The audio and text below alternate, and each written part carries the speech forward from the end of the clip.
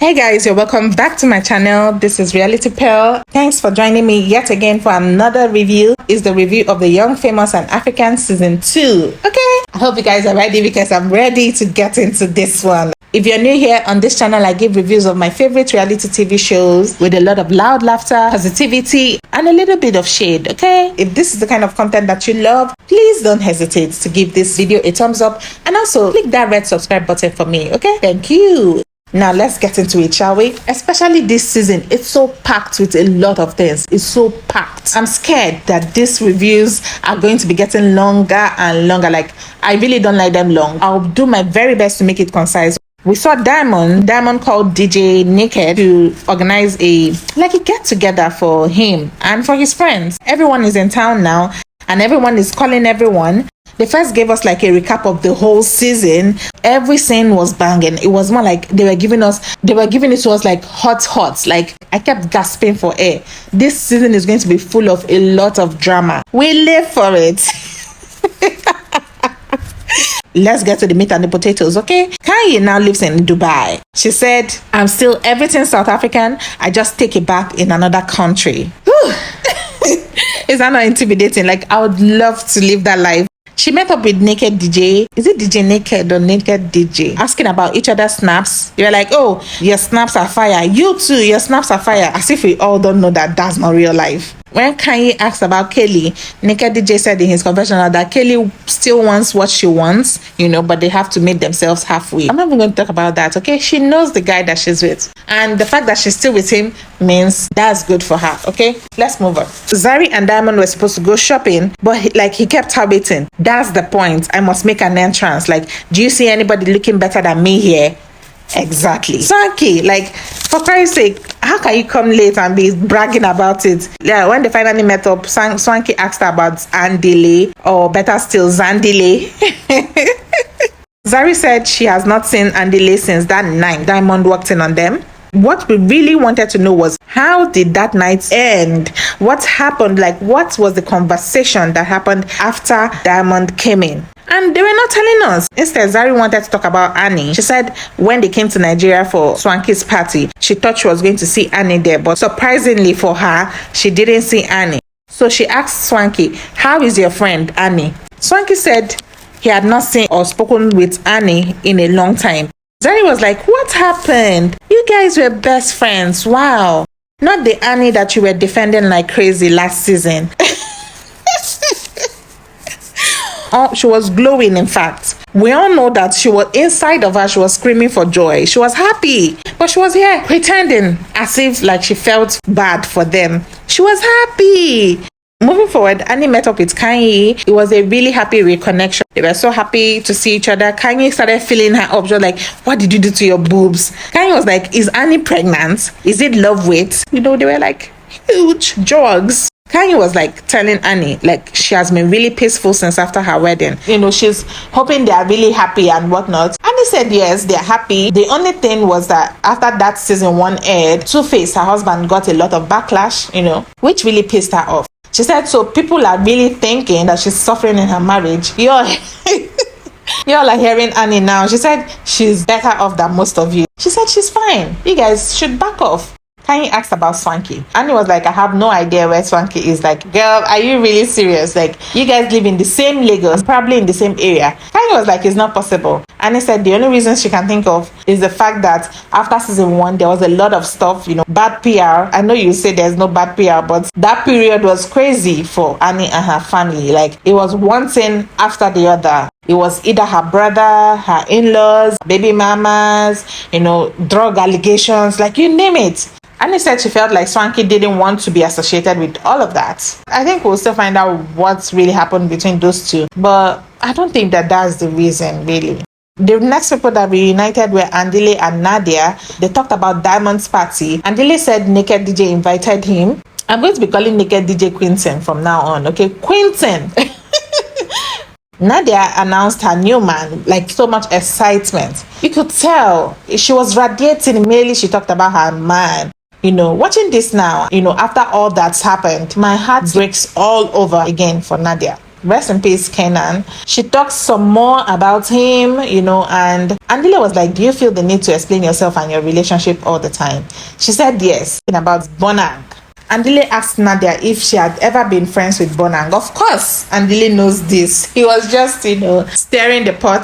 She said, yeah, they were friends, but they fell apart a long time ago, even before our relationship with AKA. That we already knew. They talked about the Diamond and Zari situation. Nadia asked him if Diamond gave his blessings.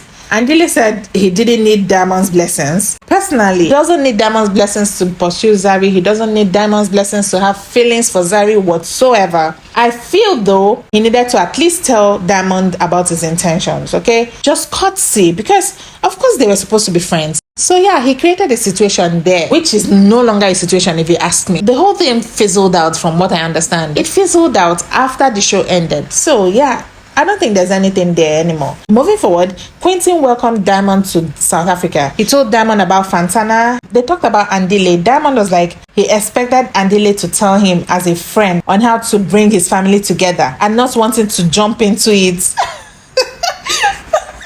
It was just funny. It was like, it just don't make sense. I was like, you don't make sense, okay? You don't make sense, Diamond. It's you, not the other way around. He said, out of all the beautiful ladies in South Africa, Andile decided to go after his baby mama. Like, if you ask me, okay, these people intend to drag this story for as long as they can. Moving forward, they start arriving for Diamond's party. Zari arrived first and she was asking Diamond, what's this party about? Who did you invite, He said everyone except Andile. I actually feel like these two don't have anything going on, but they are definitely protective of each other. Zari, immediately she saw Nadia, she was like, someone is dating a new man. Can you imagine? Is that supposed to be a greeting now? Nadia said, you too, you're dating a new man. And they're like, that was like the fakest laugh. Next to arrive was Kanye and Annie. Kanye greeted everyone actually. But Zari in her confessional was like, Kanye just gave her a hug, like a let's just get it over with kind of hug. Not true. I even saw Kanye complimenting her. Girl, stop fishing, okay?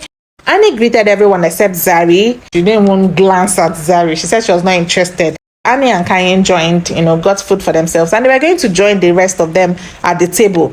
This was the best part of this episode for me. When they were going to the table to join the others, Annie was like, what the hell am I going to talk about with those people on that table? Kanye stopped. The way she stopped, she was like, what? What do you mean, what the hell are you going to talk about? They are your friends. Aren't you happy to see them? Aren't you happy to see everyone? It was like a mom and her daughter. And it was like Nadia and Kelly. Kanye said, okay then, you speak to those people you like. Yes, mommy. Kanye is such a mom, okay? Especially with Annie. And because Annie can come off as childish sometimes. I don't know. So at the table, the only chair that was left was close to Zari. Annie had to drag and pull that chair to the other side of the table. Oh my God. I like the fact that Zari she didn't even act like she noticed. Kelly in her confessional said, when is this thing between Zari and Annie going to end? We had a whole year to mature. Annie, as old as she is, she still acts as a child.